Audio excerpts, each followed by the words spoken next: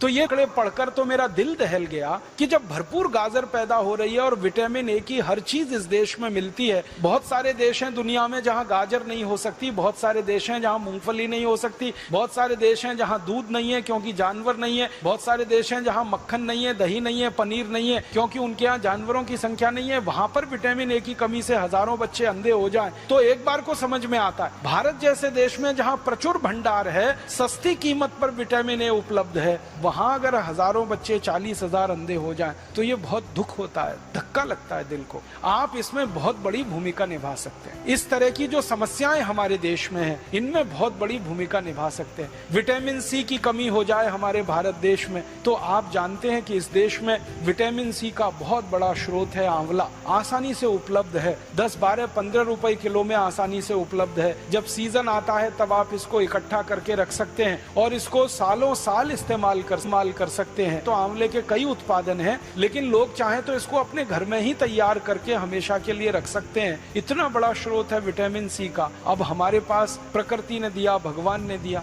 Vitamin A के स्रोत हैं। विटामिन B12 की तो भारत में कभी कमी नहीं हो सकती क्योंकि यहाँ के लोग जितने तरह की सब्जियां खाते हैं, जितने तरह के फल, मौसमी फल खाते हैं, सवाल ही नहीं उठता कि हमको विटामिन B12 कभी कमी हो जाए। ऐसे हमारे देश में प्रकृति के द्वारा जो बहुत सारे समृद्ध पदार्थ हैं, सस्ते हैं, कीमत में आसानी से उपलब्ध हैं, हर जगह होते हैं। सबसे बड़ी बात है कि आंवला भारत में हर जगह आसानी से मिल जाता है, गाजर भारत में हर जगह आसानी से मिल जाती है, टमाटर हर जगह आसानी से मिल जाता है। तो क्यों नहीं हम इनका हमारे मरीजों में, हमारे देश के साधारण नागरिकों में प्रचलन बढ़ाएं और इस प्रचलन को हमारे देश में जितना ज्यादा आप बढ़ा देंगे, हमारे मरीजों की फालतू दवाओं पर निर्भरता उतनी कम हो जाएगी। कैल्शियम की कमी के आपके पास जितने सारे मरीज आते हैं और आप उनको कैल्शियम के बहुत सारे स्रोत बताते हैं और आप भारत में बहुत सारी सस्ती चीजों से कैल्शियम को उपलब्ध करा सकते हैं। सबसे आसानी से कैल्शियम हमारे यहाँ उपलब्ध है चूने के पत्थर के रूप में, और चूने का पत्थर एक 50 पैसे का बाजार से खरीदो, पानी में डाल के उसको रखो तो इतना चूना बन जाता है कि साल, 2 साल, 5 साल, 10 साल हम बहुत आसानी से अपने कैल्शियम की पूरे परिवार की जरूरत कम कर सकते हैं। आप भारत के लोगों को